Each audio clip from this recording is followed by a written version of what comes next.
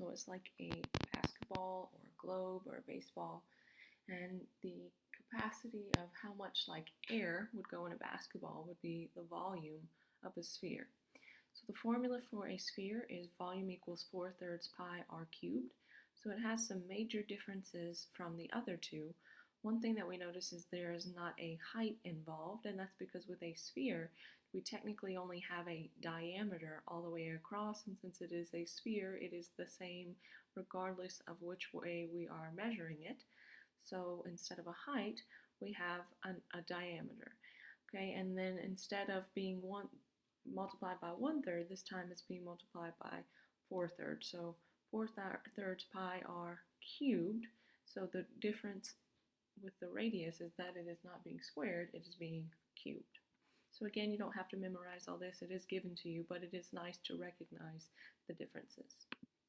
Okay, so for our first sphere, our radius is 12. I know that because it's only halfway across the sphere. And so volume is going to be 4/3 times pi, so this time we're going to use 3.14, times the radius cubed, so 12 to the third power.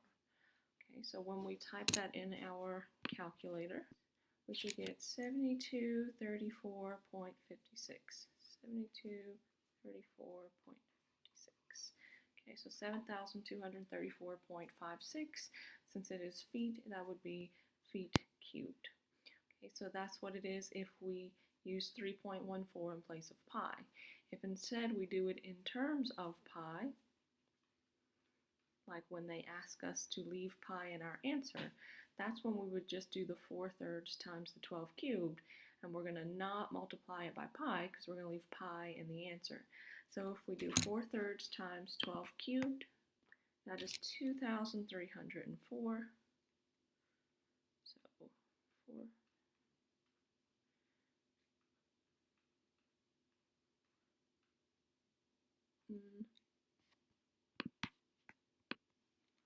2,304. And then that's 2304 pi, because it's in terms of pi, feet cubed. So for this one, we're going to give our answer using 3.14 for pi, but I have been trying to also show you what if they had said solve it in terms of pi, and this would be 2,304 pi feet cubed. So our next sphere, this time they're giving us all the way across, so they're giving us the diameter, but we only need the radius, and so we know the radius is just half of that, which is 2. So if we use it, solve it doing 3.14 for pi, we've got 4/3 times 3.14 times 2 to the third power.